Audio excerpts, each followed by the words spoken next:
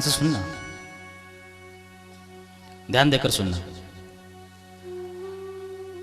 एक भक्त हुआ, नाम है रामदास। ज्यादा बड़ा नहीं था, छोटा था, उसकी आयु कम थी, बालक ही था। गुरु के यहां पर पढ़ने के लिए गया। गुरुजी रोज स्नान करते, भोजन बनाते और राम जी का मंदिर था घर में, आश्रम में, तो राम जी को रोज नैवेद्य लगाते, भोजन कराते।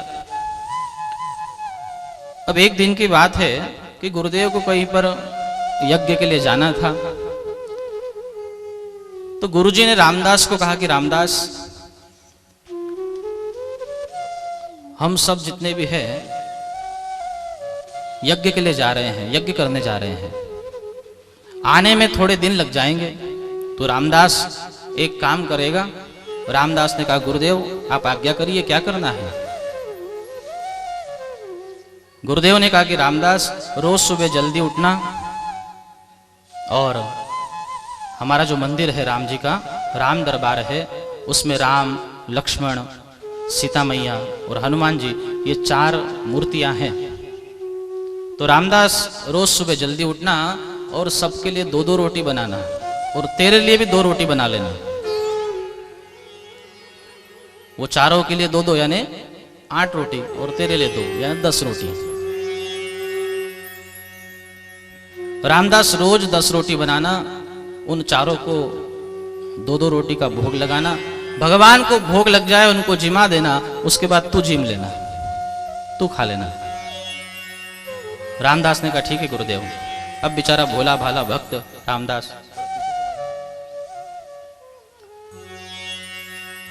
रामदास बेचारा भोला भाला अगले दिन सुबह उठा, 10 रोटी बनाई, ध्यान दीजिएगा, और गुरुदेव ने आज्ञा दी थी कि भगवान को भोजन कराना, जिमाना, उसके बाद जिमना। मंदिर में गया, चारों के आगे पत्तल में 2-2 रोटियां रखी, गुड़ रखा, घी रखा, कहा कि भगवान खाओ। आधा घंटा हो गया, भगवान तो बस खड़े हैं, खा तो रहे नहीं। अब बेचारे उसको पता नहीं था कि ये केवल रखना है और पानी घुमाना है। गुरुदेव ने कहा था कि उनको जिमा देना, फिर तो जिमना। 1 घंटा हो गया, भगवान ने तो कुछ खाया ही नहीं। और रामदास ने कहा कि भगवान, मेरे गुरु ने कहा है कि आपको जिमाना फिर जिमना, अब आप नहीं जिमोगे, आप नहीं खाओगे तो मैं कैसे खाऊं? फिर 1 घंटा बैठा रहा, भगवान ने कोई खाया नहीं। रामदास ने कहा कि भगवान, आज रोटियां थोड़ी सी आड़ी टेढ़ी बनी है, इसलिए नहीं खा रहे हो? आज गुरुदेव आश्रम में नहीं है, यज्ञ करने के लिए बाहर गए हैं, मैंने अपने हाथों से रोटी बनाई है, आप इसको भोजन करिए, इसको खाइए, पिताजी खाइए। गुरुदेव बता के गए थे कि ये राम है, ये तुम्हारे पिता के समान है, ये लक्ष्मण है, ये काका के समान है, ये माँ सीता है, ये तुम्हारी माता के समान है। तो रामदास नैवेद्य लगाता है और कहता है कि पिताजी खाइए ना, माताजी खाइए ना, आप तो खाते ही नहीं हैं। तो रामदास को याद आया कि आज मैं ये पर्दा लगाना भूल गया। रोज गुरुदेव पर्दा लगाते हैं, फिर बाहर निकलते हैं, लगता है फिर खाएंगे। तो रामदास बाहर निकला और मंदिर का पट बंद किया, पर्दा लगाया, थोड़ी देर खड़ा रहा, घंटी बजाई, फिर पर्दा खोल के देखा तो भोजन तो वैसा ही है, भगवान ने खाया ही नहीं। 4-5 घंटे हो गए, रामदास को भूख लगी। रामदास ने कहा कि प्रभु, हे पिताजी, हे माताजी, यदि आप नहीं खाओगे तो मुझे भूखा रहना पड़ेगा, क्योंकि गुरुदेव की आज्ञा है, पहले इनको खिलाना फिर तू खाना। सीता जी ने भगवान से कहा, राम जी से, कि प्रभु, इस भक्त को, इस बालक को पता नहीं है कि गुरुदेव रोज आते केवल पानी घुमा के चले जाते, लेकिन ये तो पीछे ही पड़ गया है, खाओ खाओ, क्या करें, चल के खा लें। राम जी ने कहा, देखो आज यदि हम चले गए ना खाने, तो इसको अभी गुरुदेव आने में 8-10 दिन लगेंगे, रोज जाना पड़ेगा खाने के लिए। सीता जी ने कहा कि 8-10 दिन की तो बात है, जैसे ही गुरुदेव आएंगे फिर तो कोई चिंता नहीं है, चलते हैं भोजन करने, क्योंकि यदि हमने भोजन नहीं किया तो यह भी भूखा रहेगा, भूखा बेटा रहेगा। तो सीता जी के कहने पर राम, लक्ष्मण, सीता जी और हनुमान जी ये चारों के चारों मंदिर में प्रकट हो गए और भोजन करने लगे। अपने हाथों से रामदास की बनाई हुई इस रोटियों को खाने लगे भगवान। रामदास प्रसन्न हो गया कि देखो भगवान आ गए खाने। अब रोज ये नियम चलता,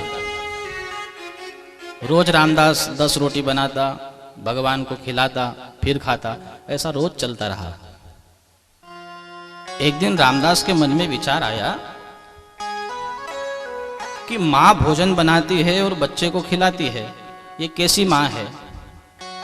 मैं बना रहा हूं और ये खा रही है।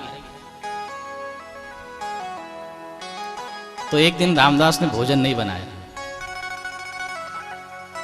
मंदिर में गया और कहा कि माँ, मैंने सुना है कि माँ भोजन बना के बालक को खिलाती है, लेकिन तुम तो यहाँ खड़ी रहती हो बस हाथ ऐसा करके, मैं रोज बनाता हूं और आराम से खाकर वापस चले जाते हो।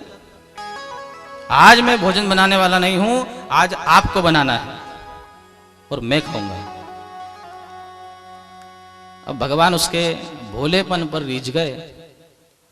भगवान राम ने कहा कि सीता देखा, मैंने कहा था ना यदि आज चले गए तो फिर बार बार जाना पड़ेगा।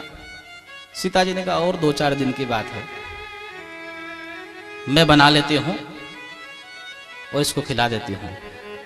तो ऐसा कहते हैं कि भगवान वहां प्रकट हुए और रोज सीता जी भोजन बनाती थी, रोटियां बनाती और चारों बैठ करके खाते, रामदास को भी खिलाते।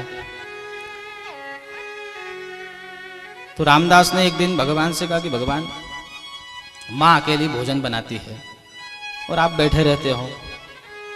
तो राम जी ने कहा कि अब मेरे लिए कुछ काम हो तो वो बता। बोले एक काम किया करो पिताजी, आप ये पत्तल बना दिया करो, ये पत्तों को जोड़ जोड़ के इसकी पत्तल बना दिया करो। तो राम जी पत्ते तोड़कर लाते और उसकी पत्तल बनाते भोजन के लिए। लक्ष्मण जी खड़े थे, लक्ष्मण जी ने कहा कि मेरे लिए कुछ काम हो तो अब ये भी बता दे।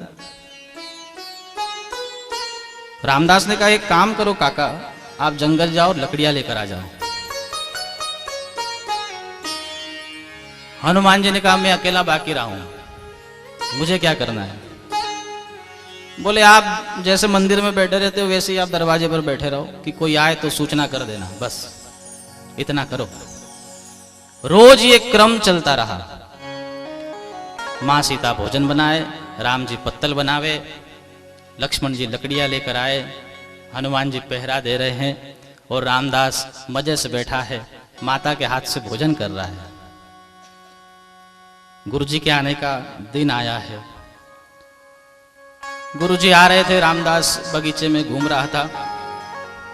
तो गुरुजी ने देखा कि ये समय तो भगवान को भोजन कराने का है और ये रामदास बगीचे में आराम से बैठा है, घूम रहा है। गुरुजी आए और पूछा कि रामदास, आज तूने भोजन नहीं बनाया, भगवान को भोजन नहीं कराया? रामदास ने कहा गुरुदेव आपने बिल्कुल आदत बिगाड़ दी थी उनकी, रोज बनाते थे, रोज खिलाते थे।